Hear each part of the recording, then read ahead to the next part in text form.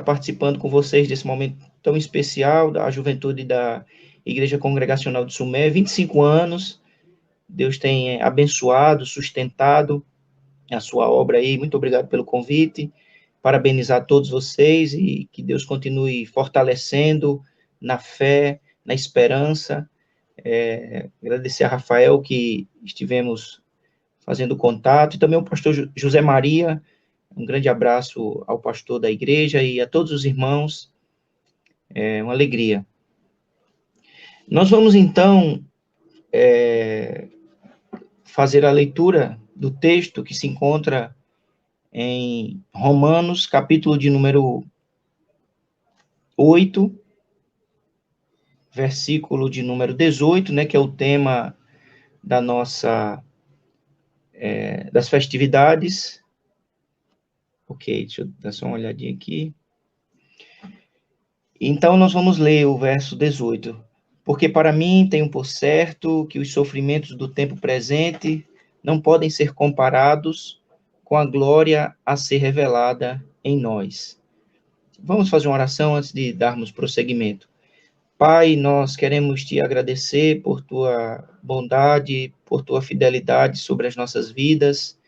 Queremos te agradecer por essa tão rica oportunidade que temos de podermos estar adorando a ti, sendo edificados por intermédio da tua palavra.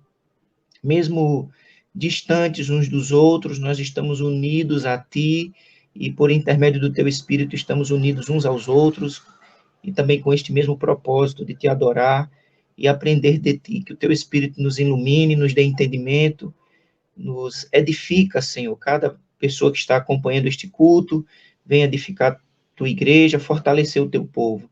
Suplicamos a tua bênção, em nome de Jesus. Amém e amém. Bem, irmãos, o capítulo 8 de Romanos, o apóstolo Paulo, inspirado pelo Espírito Santo, ele passa a apresentar as bênçãos que nós desfrutamos por estarmos unidos a Cristo pela fé.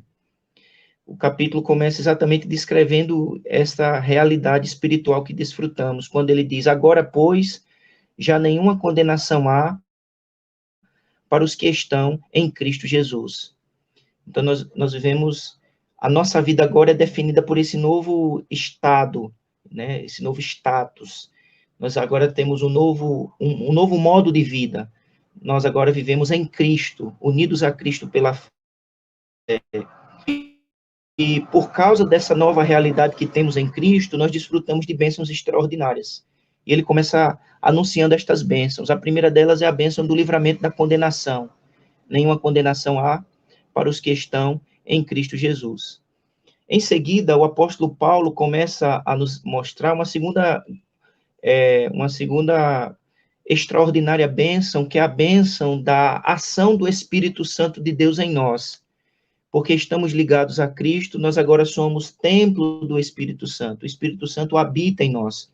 O Espírito Santo produz em nós uma nova inclinação, novas afeições. Nós somos transformados pelo Espírito, conduzidos pelo Espírito. E ele vai descrevendo todo este operar do Espírito em nós, especialmente no aspecto da inclinação nova que temos, definida agora pela ação do Espírito Santo de Deus em nós. E o Espírito Santo que também nos capacita não só a fazer a vontade de Deus, mas também de vivermos uma vida de comunhão com Deus que se expressa na oração.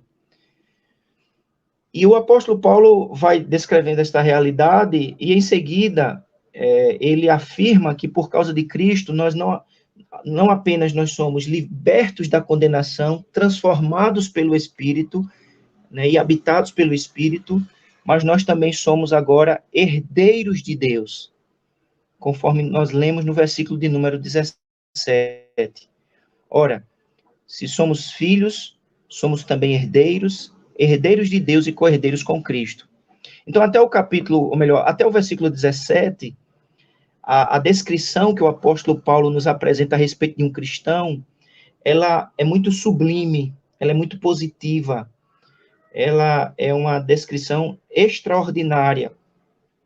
Mas, a partir do versículo 17, especialmente a parte B desse versículo, ele traz uma temática muito importante, porque ele vai nos mostrar que, mesmo sendo quem somos em Cristo, libertos, transformados, conduzidos pelo Espírito e herdeiros de Deus, esta realidade aqui e agora, ela não nos isenta da luta, do sofrimento, da tribulação.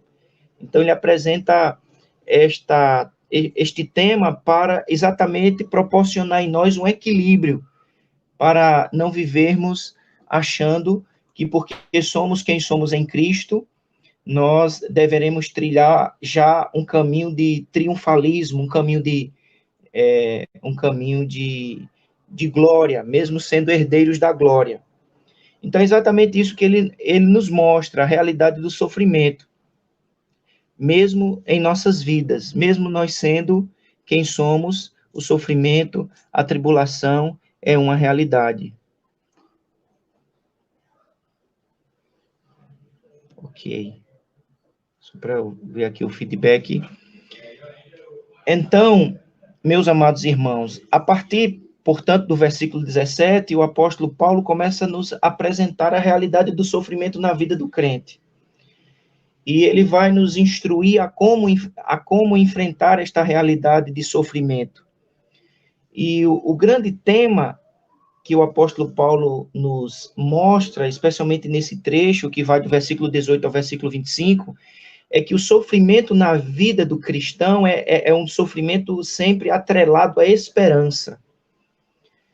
O sofrimento na vida do cristão é uma realidade, mas este sofrimento ele é vivido em esperança, jamais em desespero, jamais em desilusão, porque porque mesmo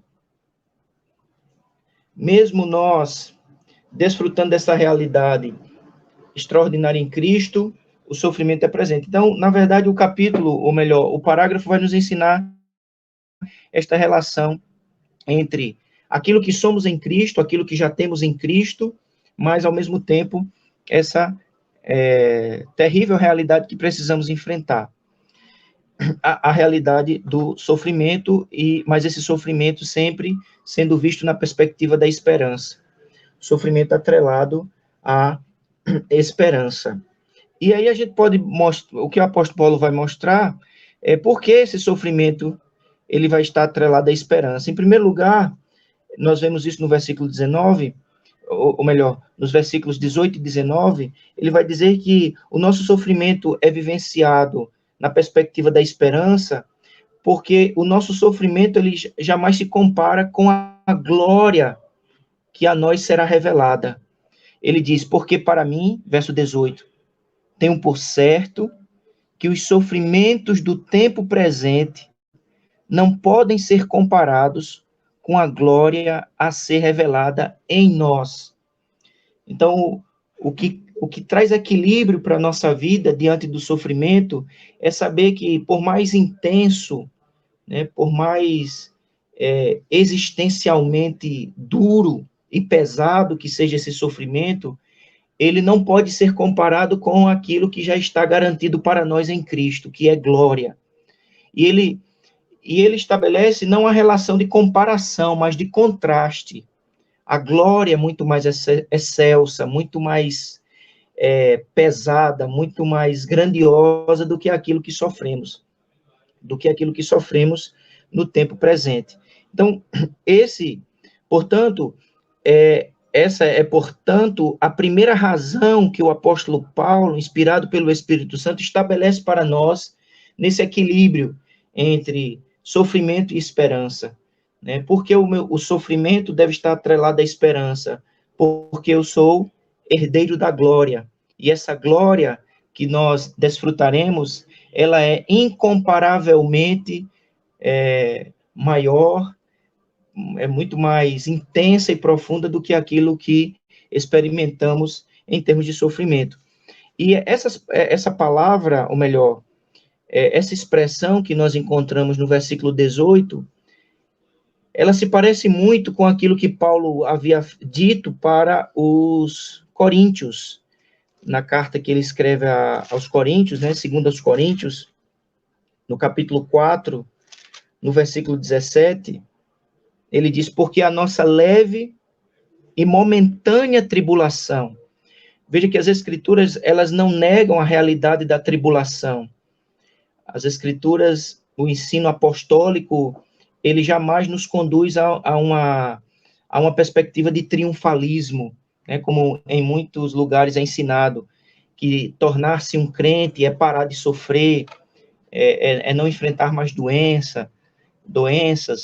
Então, essa perspectiva que muitas vezes é apresentada em alguns lugares, ela não é bíblica, ela não é neotestamentária, porque a perspectiva apostólica, ela jamais nega a realidade da tribulação, do sofrimento, mesmo sabendo que em Cristo nós já somos herdeiros da glória.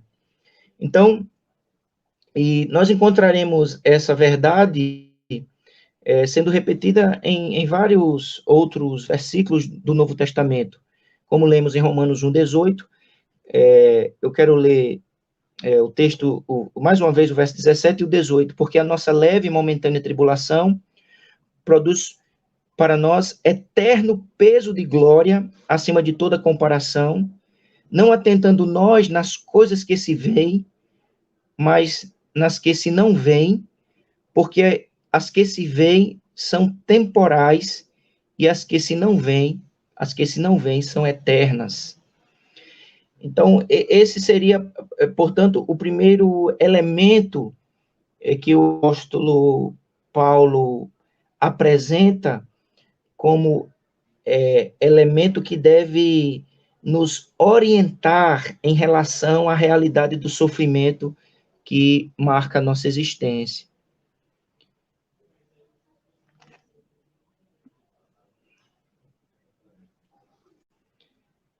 Bem, em segundo lugar, o apóstolo Paulo, ele vai se utilizar dos demais versículos deste trecho, né, desse parágrafo, dos versos do 19 ao 25, para definir a natureza desta glória que a nós será revelada e como ela define a nossa vida no aqui e agora. Então, Paulo, ele vai apresentar uma espécie de linha histórica, né? Uma linha histórica da redenção, para que de fato entendamos que glória é essa que desfrutamos, qual é a natureza dessa glória que nos capacita a vivermos uma vida de esperança. Então ele vai trabalhar, ele nos conduz a olharmos para o passado, o que aconteceu conosco enquanto humanidade e com a própria natureza, mas, ao mesmo tempo, ele faz um pulo e nos mostra o que a obra de Cristo garantiu para nós. Ou seja, apesar de um passado de fracasso, de futilidade, de queda, nós temos um futuro glorioso. E este futuro glorioso já está garantido, não por nós mesmos, não por nossos méritos, não por nossas obras, mas, acima de tudo, por causa da obra de Cristo realizada em nosso favor. Então, Paulo vai trabalhar o que nós chamaríamos de tempos da salvação. Em primeiro lugar, ele vai apresentar o passado, ele pula para o futuro, e, em seguida, ele mostra exatamente esta tensão que vivenciamos, o aqui e agora.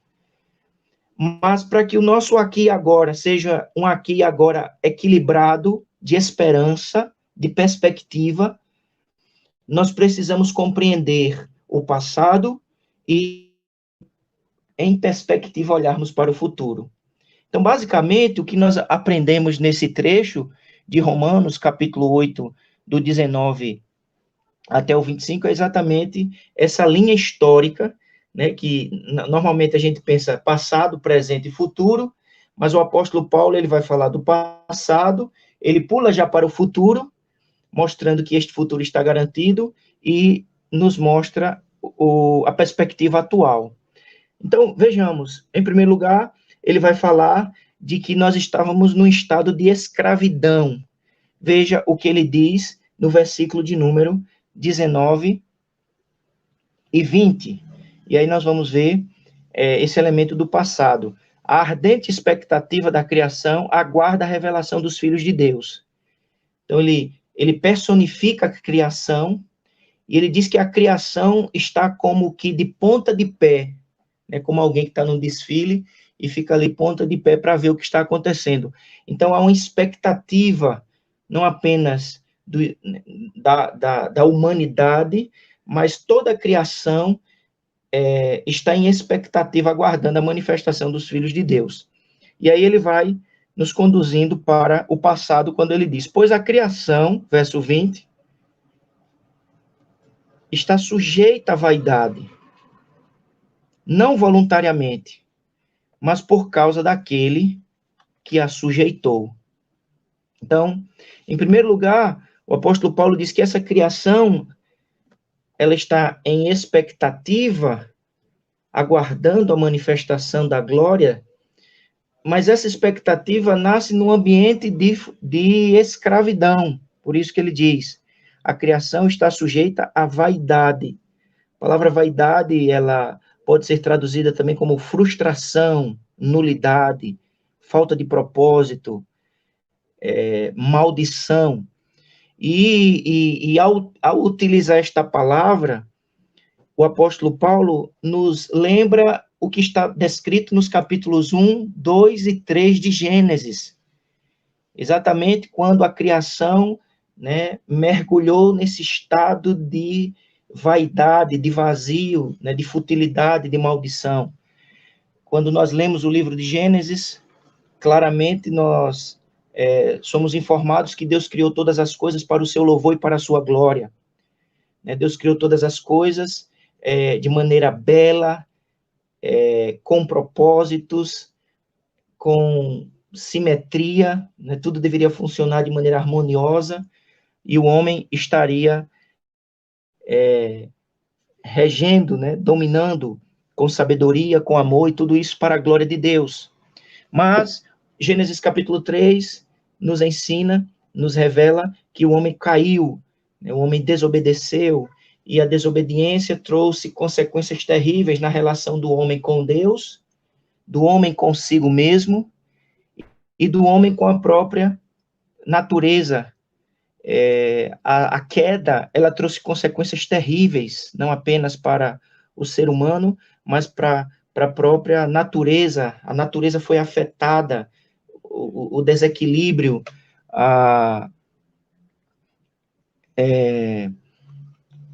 tanto no aspecto humano, na relação homem-Deus, homem consigo, homem com o outro. Isso é bem descrito para nós nos capítulos 1, 2 e 3 de Gênesis. Então, é isso que Paulo vai mostrar, que a criação está sujeita à vaidade, não voluntariamente, mas por causa daquele que a sujeitou.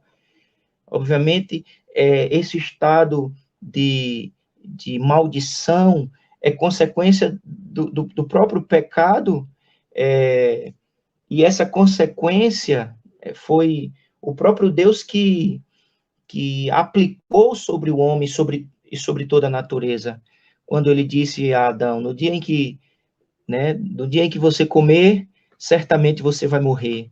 Então, Deus fielmente aplica sobre a humanidade e sobre a natureza o juízo contra o pecado, tornando tanto a humanidade como também, né, a criação de um modo geral,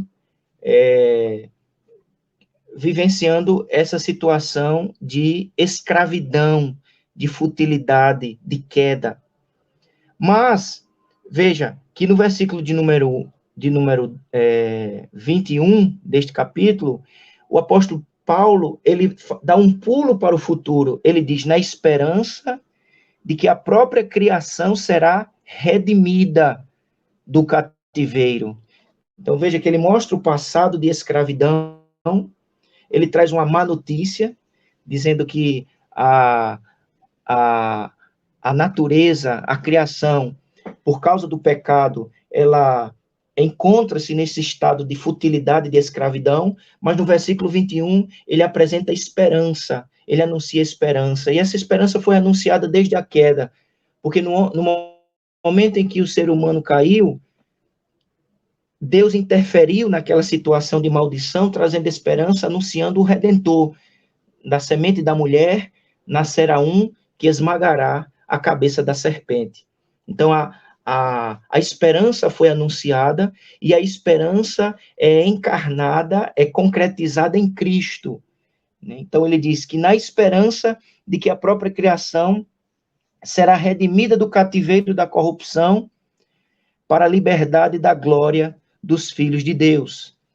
Então, a esperança estabelecida por Deus através de Cristo garante, portanto, restauração, libertação, tanto da criação corrompida e escravizada pela corrupção, mas a esperança anunciada e garantida por Deus em Cristo Jesus garante também a libertação para a glória ou para a liberdade da glória dos filhos de Deus. Há vários versículos da Bíblia que comprovam claramente que em Cristo Jesus nós temos libertação. Em Jesus Cristo nós temos esperança de plena redenção. Né? Tanto quando ele nos justifica, quando pelo Espírito ele nos santifica, e quando por sua obra garante plena redenção e glorificação. O texto que se encontra em Mateus, no capítulo de número Mateus 19, versículo 28, Jesus lhes respondeu: em verdade vos digo que vós, os que me seguistes, quando na regeneração o Filho do Homem se assentará no trono da sua glória, também vos assentareis em 12 tronos para julgardes as 12 tribos de Israel. O próprio Jesus, ele anuncia que haverá um tempo de regeneração, de restauração. E essa palavra que se encontra em Mateus 19, 28, é a mesma palavra que nós usamos para novo nascimento. Então, essa regeneração, essa ação poderosa, restauradora, garantida por Cristo, ela afetará tanto seres humanos, salvos pela graça em Cristo, mas também toda a natureza. Então, haverá um novo céu e uma nova terra. E é exatamente isso que nós observamos o apóstolo Paulo afirmando de maneira sintética a respeito desta libertação futura. Quando ele diz, na esperança de que a própria criação será redimida do cativeiro da corrupção para a liberdade da glória do Filho, ou melhor, da glória dos filhos de Deus. Nós lemos isso também em 2 Pedro, capítulo 3, versículo de número 13, quando o apóstolo Pedro diz que em Cristo haverá novos céus e nova terra, nos quais habita a justiça. Isso também é reafirmado em Apocalipse, capítulo 21, versículo 1. Gostaria de ler esse texto também, Apocalipse, capítulo 21, versículo 1, que diz: vi novo céu e nova terra, pois o primeiro céu e a primeira terra passaram, e o mar já não existe. E também há uma descrição profética anunciada por Isaías no capítulo 11, quando nós lemos assim os versículos, a partir do versículo 6, o lobo habitará com o cordeiro, o leopardo se deitará junto ao cabrito, o bezerro, o leão novo e o animal cevado andarão juntos, e um pequenino os guiará. A vaca e a ursa pastarão juntas, e as suas crias juntas se deitarão. O leão comerá palha como o boi, a criança de peito brincará sobre a toca da áspide, e o já desmamado meterá a mão na cova do basilisco. Não se fará mal nem dano algum em todo o meu santo monte, porque a terra se encherá do conhecimento do Senhor, como as águas cobrem o mar. Naquele dia, Recorrerão as nações à raiz de Jessé, que está posta por estandarte dos povos, a glória será a morada. Então, todos estes versículos se harmonizam claramente com essa perspectiva de futuro que o apóstolo Paulo apresenta. É um futuro de libertação plena, é um futuro de restauração, é um futuro de glória. E esse futuro de restauração plena, de libertação absoluta, ele já está garantido por causa da obra de Cristo. Nós ainda não o vivenciamos plenamente.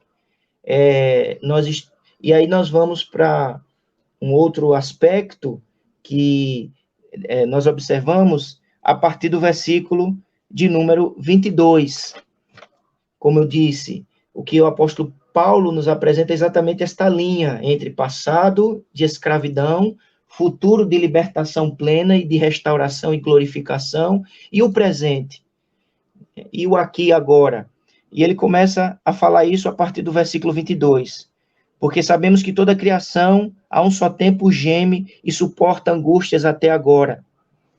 Então veja que ele primeiro falou do passado, mas aí ele volta para, ou melhor, ele falou do futuro, e aí ele volta no versículo 22 para o presente, porque sabemos que toda a criação a um só tempo geme e suporta angústias até agora. Veja, então, que o apóstolo nos chama a esse equilíbrio do já, né, em esperança, já temos plena libertação, plena restauração. Em Cristo, a glória já nos está garantida, mas ainda não. Essa tensão entre o já e ainda não. Porque o nosso presente, enquanto Jesus não voltar e estabelecer um novo céu e uma nova terra, nós não estaremos plenamente desfrutando deste futuro que já está garantido em esperança firmada em Cristo Jesus.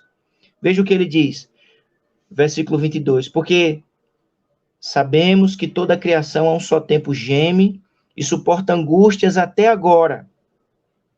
E não somente ela, mas também nós, que temos as primícias do Espírito, igualmente gememos em nosso íntimo, aguardando a adoção de filhos, a redenção do nosso corpo.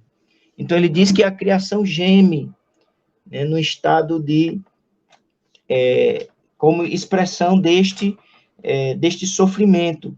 O céu geme, né, e esse gemido se expressa, né, nessas ebulições, furacões, tornados, terremotos. A terra geme, né, vulcões, terremotos, os animais gemem.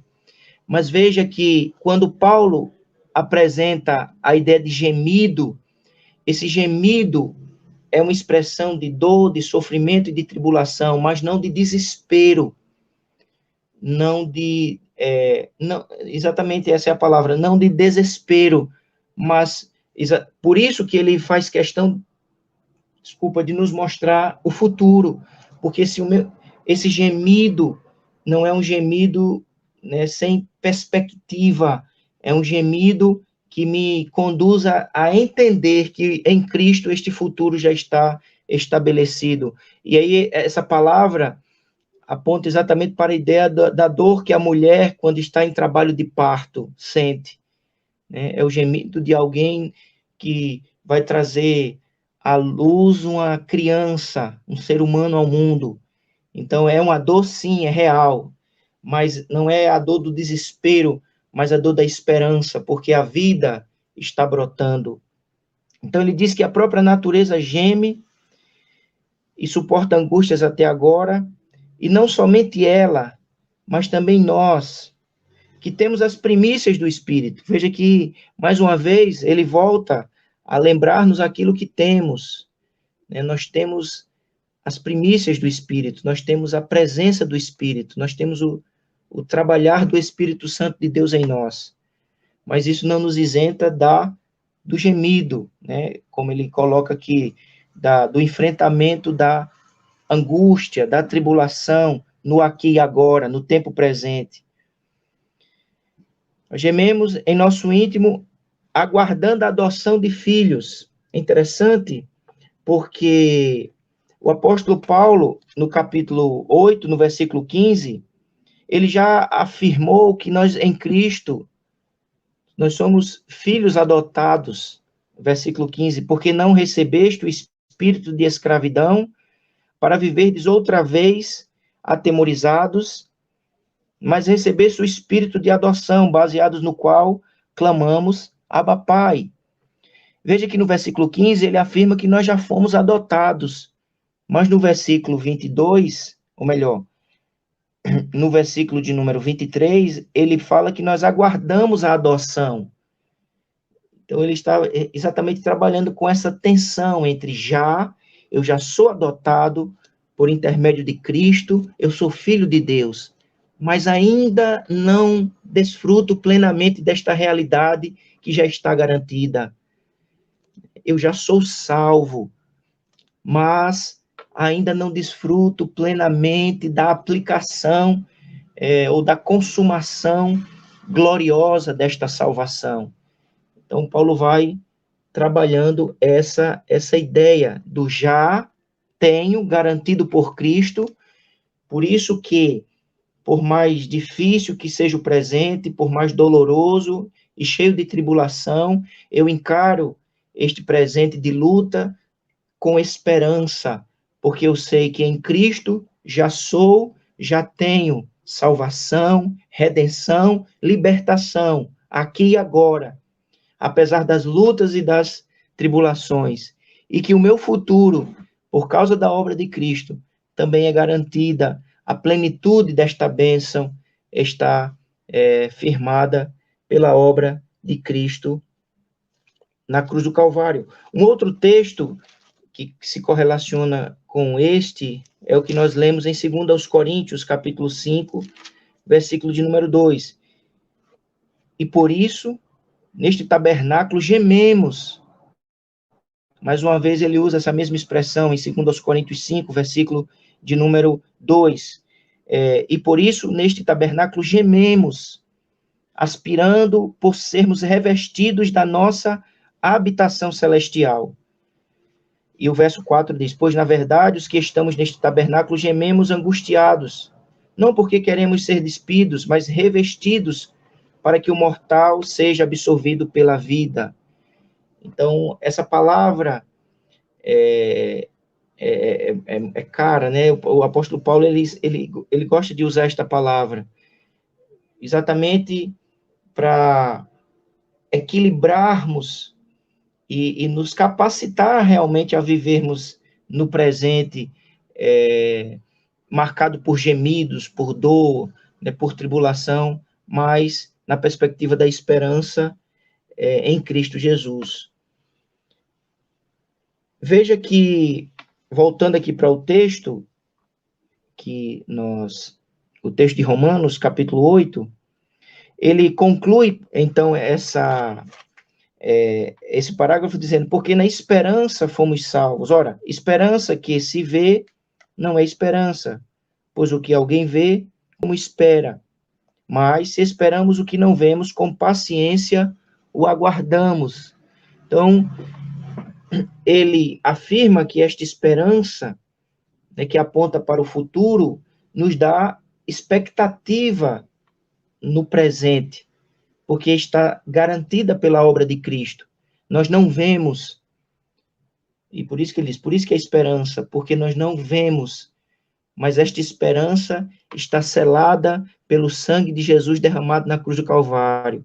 Então, mesmo não vendo, nós esperamos, porque no futuro, ou melhor, no passado, a cruz foi erguida, o sangue foi derramado, a obra foi completada, e esta obra garante este futuro de esperança, onde ele enxugará de nossos olhos todas as lágrimas, aonde haverá uma nova terra, um paraíso restaurado, aquilo que o primeiro Adão perdeu, o segundo Adão, Jesus Cristo, reconquistou, restaurou um novo céu, uma nova terra, corpos glorificados, né?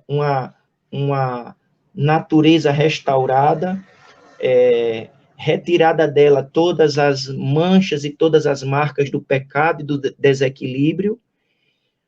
Então, é isso que nós observamos em relação à esperança, que não é algo incerto, inseguro, mas já está selado. Por isso que ele diz, portanto, porque esta é a nossa esperança,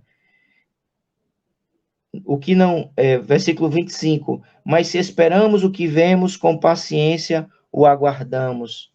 O escritor puritano John Flavel, ele, em um de seus livros, essa aqui é uma citação do Stephen Yuille, ele diz que a glória incluirá nossa libertação de 7 correntes. Nós seremos libertos de corrupções maculantes, ou seja, corrupções que maculam a nossa vida. Estas corrupções, quando Jesus se manifestar em glória, todas as corrupções serão totalmente retiradas de nós. Seremos libertos dos sofrimentos cortantes, ou seja, vivenciamos no aqui e agora situações de sofrimentos que nos corta, que nos fere, que muitas vezes nos enfraquece, mas quando a trombeta tocar e Jesus voltar, seremos plenamente libertos de todo o sofrimento cortante, seremos libertos das tentações embaraçantes, enfrentamos, mesmo sendo libertos da condenação, templos do Espírito, ainda vivenciamos situações de tentação, em vários aspectos, mas quando a glória de Deus se manifestar em Cristo Jesus plenamente, seremos libertos de todas as tentações embaraçantes, seremos libertos das perseguições angustiantes. A igreja é marcada por perseguições, Jesus foi perseguido, a igreja tem sido perseguida ao longo de toda a sua história, mas sabemos que quando Jesus voltar, seremos plenamente libertos das perseguições angustiantes, seremos libertos dos desejos incômodos, desejos que incomodam a nossa mente, a nossa alma, todos esses desejos nós seremos libertos dos medos perturbadores, mesmo sendo salvos pela graça, templos do Espírito Santo, herdeiros de Deus.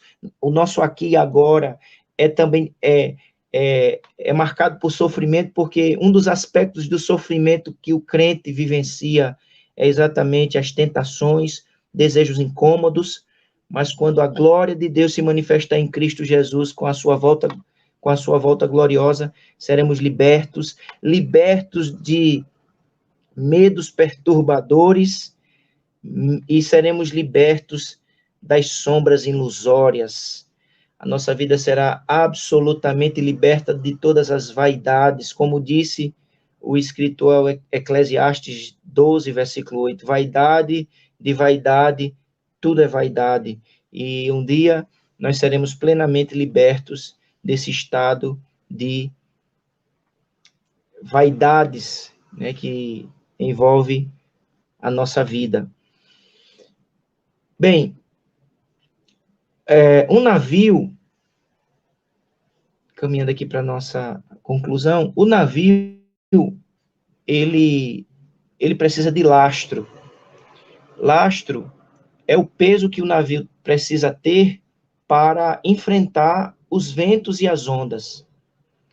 Sem o lastro, o navio, ele cai, né, ele pende para um lado, vira. A mesma coisa é a vida de um crente. O crente precisa de um lastro. Né? E o lastro que nos conduz, que dá firmeza à nossa vida para a gente não cair nem para um lado nem para o outro, diante das ondas e dos ventos fortes que enfrentamos, o nosso lastro é a nossa esperança em Cristo Jesus. Então, essa certeza que o Evangelho nos revela em Cristo Jesus, que tanto nos alcança, tanto alcançou a nossa vida no passado, quando nós fomos justificados, quanto também continua trabalhando em nós, no nosso presente, nos santificando e garantindo o nosso futuro glorioso e bom, apesar das lutas. Que Deus nos ajude, meus irmãos, a vivenciarmos as lutas, os sofrimentos, mas com perspectiva da glória futura que se manifestará plenamente quando Jesus voltar.